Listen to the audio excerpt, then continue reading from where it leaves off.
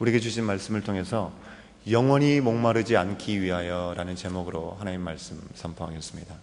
오늘 말씀은요, 어제와 그제의 말씀에 계속해서 명절 때 예루살렘 성전 안에서 일어난 일들이 계속되고 있습니다. 초막절 7일 기간, 이 7일 기간의 마지막 날이 이제 이르렀습니다. 그러자 이제 예수님이 누구신가에 대한 쟁론이 절정을 다루고 있습니다. 이런 쟁론이 더욱 불붙게 된 것은 먼저 예수님께서 자신이 누구신지에 대해서 밝힌 데에서 그렇게 알려 선포하셨기 때문에 그렇게 된 것입니다. 37절과 38절의 말씀에서 예수님은 당신 자신을 생수의 근원이라고 그렇게 말씀하셨습니다. 함께 다시 읽겠습니다. 37절, 38절입니다. 시작. 명절 끝날 곧 큰 날에 예수께서 서서 외쳐 이르시되 누구든지 목마르거든 내게로 와서 마시라. 나를 믿는 자는 성경의 이름과 같이 그 배에서 생수의 강이 흘러나오리라 하시니.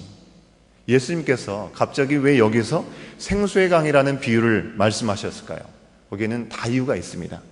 당시 초막절이라는 명절에 이스라엘 백성들이 행하는 행위에는 두 가지 의식이 있었습니다. 먼저 첫 번째는 초막절이라는 이름, 그 이름답게 이 7일 동안에 자기가 살던 집에서 나와서 초막, 즉 천막을 짓고 7일 동안 사는 것이었습니다.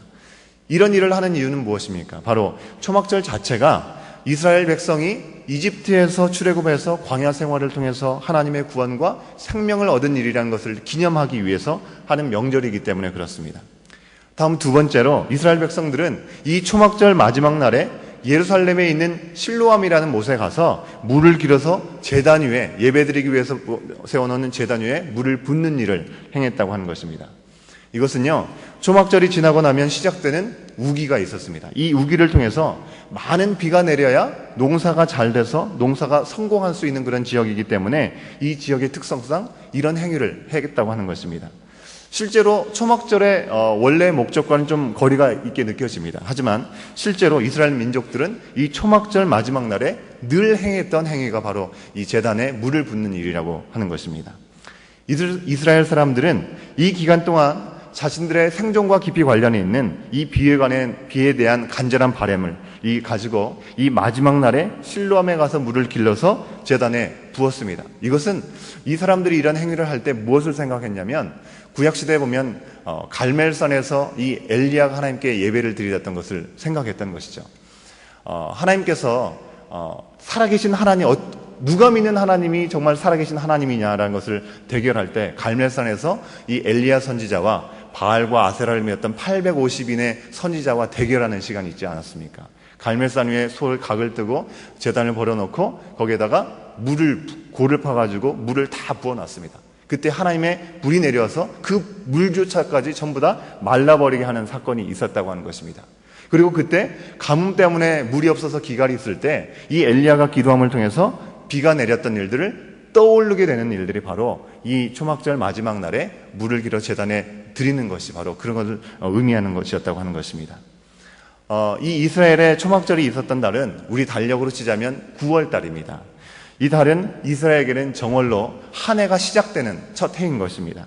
먼저 9월 9일은 우리나라로 치면 정월 1일, 1월 1일이 되는 것입니다. 유대인들에게 새해입니다. 그리고 9월 18일은 대속죄일입니다. 한 해를 시작하면서 온 백성들이 하나님 앞에 자신들의 죄를 속죄하는 날입니다. 그리고 9월 23일부터 7일 동안 바로 일주일간 초막절이 시작되는 것입니다. 그래서 예루살렘에 있는 통곡의 벽에 있는데 이 통곡의 벽에는 지금도 9월이 되면 평소보다 훨씬 많은 사람들이, 유대인들이 그곳에 몰려든다고 하는 것입니다. 애로부터 지금까지 이 명절이 있는 기간 동안 얼마나 눈물을 흘리면서 기도했느냐에 따라서 이 초막절이 지난 그 이후에 강수량의 양이 정해진다고 그들이 믿었기 때문에 그렇습니다. 눈물을 흘려서 기도하는 만큼 하늘에서도 비가 많이 내린다고 그들은 생각했다는 것입니다. 어쩌면 다소 미신 같은 그런 행동이기도 하지만 그만큼 구원이나 생명이 회개와 관련이 있다고 생각하는 그들의 모습이 참 인상적이라는 생각을 해보게 됩니다. 이처럼 이 세 개의 명절의 기간 동안에 회개와 눈물을 강조하다가 큰 구원의 날이라는 의미로 호산나 라바라고 불리는 초막절 끝날에는 나뭇가지를 들고 내내 울면서 회개 기도를 했습니다.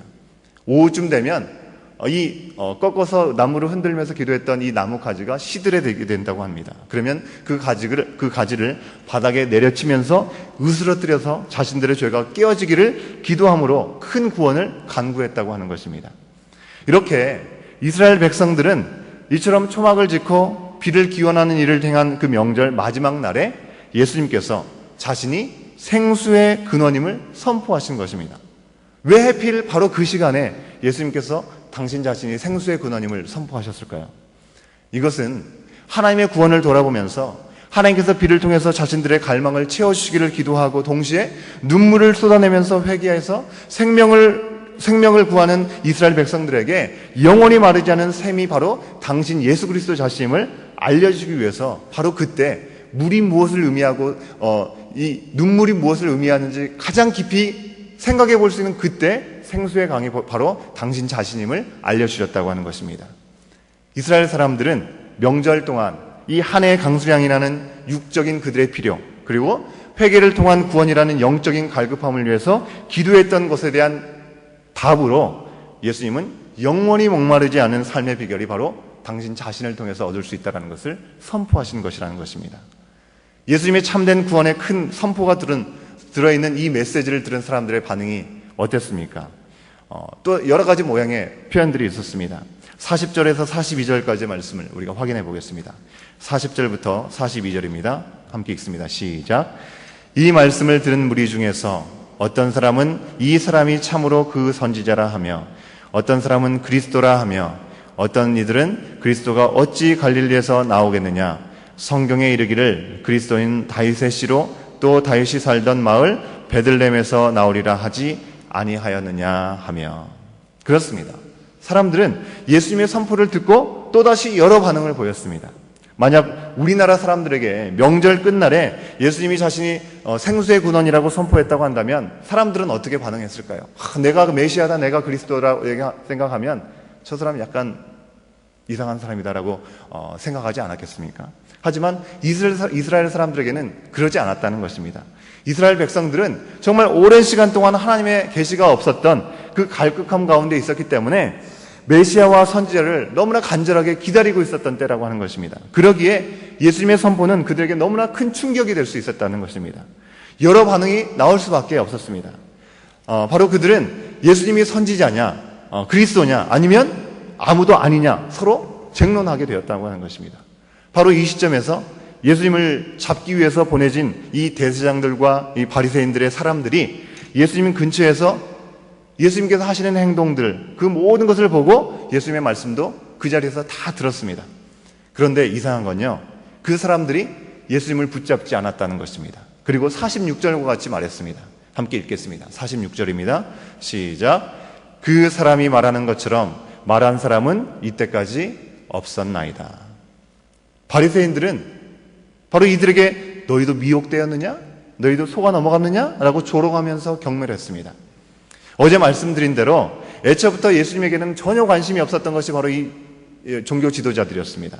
자신들의 기득권을 지키는 데만 급급했던 그들은 예수님께서 영원히 목마르지 않느냐는 생수가 되신다고 하는 그 말에 전혀 기울이지 않았습니다. 자신들이 보낸 사람들이 이렇게 말한 사람은 처음입니다라고 말했을 때 정말 저 사람이 뭔가 있는 사람인가? 관심을 기울이기는커녕 오히려 그들은 율법을 알지 못해서 미혹되었다. 너희들은 저주를 받을 것이라고 엉뚱한 말을 하게 된 것입니다. 바로 이때 그 말을 들은 그 사람 중에 니고데모라는 사람이 있었던 것입니다. 니고데모는 다른 말을 했습니다. 뭐라고요? 50절과 51절 말씀입니다. 우리가 한번 확인해 보겠습니다. 50절과 51절입니다. 시작. 그 중에 한 사람 곧 전에 예수께 왔던 니고데모가 그들에게 말하되 우리 율법은 사람의 말을 듣고 그 행한 것을 알기 전에 심판하느냐. 이미 살펴본 대로 니고데모는요, 요한복음 3장에서 예수님을 찾아와서 예수님과 대화했던 사람입니다. 그는 유대인의 지도자였고 바리새인으로 예수님의 표적을 보고 나서 예수님은 하나님이 함께 하시는 사람이라는 것을 알게 되었던 사람이었습니다. 그가 비록 예수님을 랍비라고 얘기했습니다. 그리스도라고까지는 얘기하지 못하고 그저 선생님이라고 얘기하는 정도의 사람이었습니다. 게다가 그는 예수님께서 거듭나지 아니하면 하나님 나라를 볼 수 없다라고 말씀하셨을 때 사람이 어떻게 두 번 태어날 수 있습니까? 어떻게 어머니 몸속에 다시 들어갔다 나올 수 있습니까? 라고 질문할 정도로 아주 현실적인 사람이었다고 하는 것입니다. 니고데모는 아주 전형적인 바리새인이기도 했지만 반면에 또 영적인 갈급함으로 직접 예수님을 찾아가기도 했던 사람이었습니다. 하나님이 함께 하시는 사람과 함께 하고 싶은 마음이 그 가운데 있었던 사람이라는 것입니다. 예수님은 이 니고데모에게 그가 하늘의 일을 어찌 다 할 수 있겠느냐라고 얘기하시면서도 당신을 이 땅에 보내신 목적, 그 하늘의 뜻, 하늘나라의 비밀을 그에게 다 알려주셨습니다. 왜요?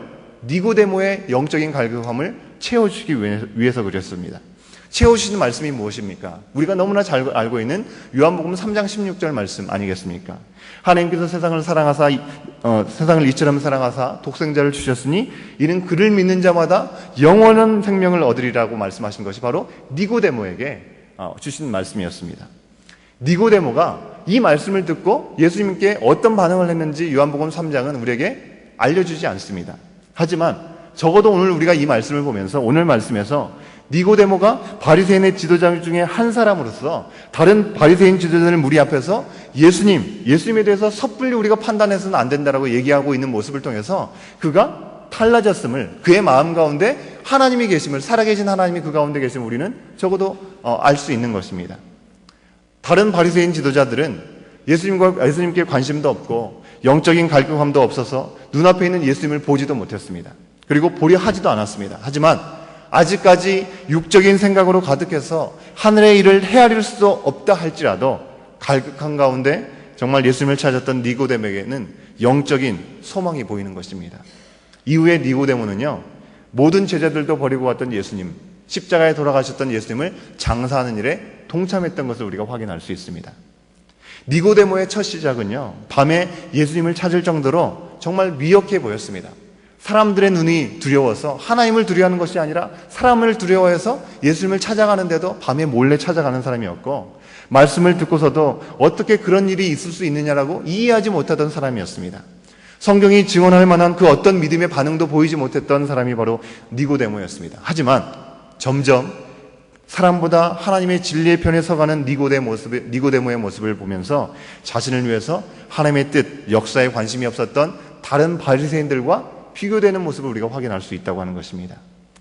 니고데모는 바리새인 지도자들 무리 속에서 속된 말로 왕따가 될 만한 자리에 놓이게 되었습니다.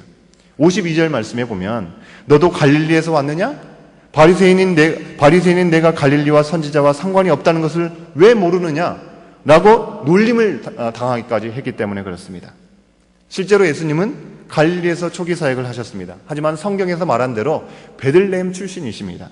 하지만 예수님께서는 갈릴리에서 예수님은 영적으로 육적으로 가난한 사람들에게 다가가서 그들과 함께 하시면서 하늘나라의 비밀들을 알려주셨습니다. 그리고 그들을 채워주셨습니다. 그것이 바로 예수님께서 이 땅에 오신 목적이었기 때문에 그렇습니다. 하지만 오히려 아이러니하게 성전이 있던 예루살렘은 어떻습니까? 거기는 오히려 하나님이 계시는 곳이라고 그들은 칭했음에도 불구하고 거기는 영적인 갈급함이 별로 없어 보입니다. 오히려 갈급함이 없었고 예루살렘의 영적 지도자들은 갈급한 땅인 이 갈릴리 땅을 아주 무시하는 모습을 보였다고 하는 것입니다. 이 모습을 보면서 우리는 우리의 모습이 어떤지를 이 아침에 잠시 생각해 보기를 원합니다. 우리는 겉으로는 번듯하고 큰 구원을 위해서 울고 물을 기르면서 우리의 신앙에 열심을 다하고 있으면서 하나님과 상관없는 바리새인의 모습을 갖고 있지는 않습니까? 아니면 조롱과 멸시를 당할 정도로 볼품이 없지만 정말 구원자를 간절히 구하는 영적으로 목마른 사람의 자리에 우리가 서가고 있는지 우리는 돌아볼 수 있어야 됩니다. 우리가 세상을 살아가면서 세상에서 그럴듯한 인생으로 살아가는 것이 바로 하나님의 뜻이 아닙니다. 예수님처럼 세상에서는 들은 적도 본 적도 없는 그런 삶을 살아가면서 하늘의 은혜를 소망하며 살아가는 것이 바로 하나님의 뜻이라고 하는 것입니다. 세상에서 물을 길어서 한 해 한 해 형통하려고 몸부림치지 마십시오. 오직 마르지 않는 셈이고 생수의 강이신 예수 그리스도에게 나가서 연약한 모습 그대로 우리가 깨어지고 씻음받고 그리고 채워지면서 영원히 마르지 아니하는 생명수를 우리가 다 마셔야 될 줄로 믿습니다. 우리에게 진짜 필요한 것은 이 땅에서의 안정된 삶, 인정이 아니라 영원히 목마르지 아니하는 생명수라는 것을 우리가 우리 말씀을 통해서 다시 한번 기억하면서 우리의 마음이 가난해지기를 겸손히 구하면서 주의 말씀 가운데 이 하루를 주님과 동행하며 나갈 수 있는 우리의 모습이 될 수 있기를 간절히 소원합니다. 함께 기도하시겠습니다. 영원한 생명수의 근원이 되시는 우리 주 아버지 하나님, 오늘 우리가 생명이 없이는 그 무엇도 될 수 없는 우리 자신임을 알지 못하고 그저 마치 우리의 힘으로 영원히 살아갈 것처럼 이 땅에서 우리의 힘과 권위와 재물을 쌓아두려는 우리의 어리석은 모습들을 돌아봅니다. 용서하여 주시옵시고 이제 우리가 세상 사람처럼 구하며 사는 삶이 아니라 영원한 생명이신 예수 그리스도를 만나고 그 연약함 속에서도 그 예수님을 증언하는 삶을 살아갈 수 있도록 주여 인도하여 주시옵소서. 늘 가난한 마음을 주시옵시고 하나님 없이 그 무엇도 완전하지 않고 늘 목마를 수밖에 없다는 사실을 우리가 단 한순간도 잊지 않게 하여 주시옵시고 아버지의 영원한 생명을 구하며 살아갈 수 있도록 인도하여 주시옵소서. 성령께서 생수의 강이 흘러넘쳐 부족한 우리 안에 계신 예수님의 생명이 늘 내 이웃과 동역자들과 만나는 모든 사람들에게 흐를 수 있도록 성령 하나님 이끌어 주시옵소서. 이 모든 말씀 예수 그리스도의 이름으로 간절히 기도드리옵나이다. 아멘.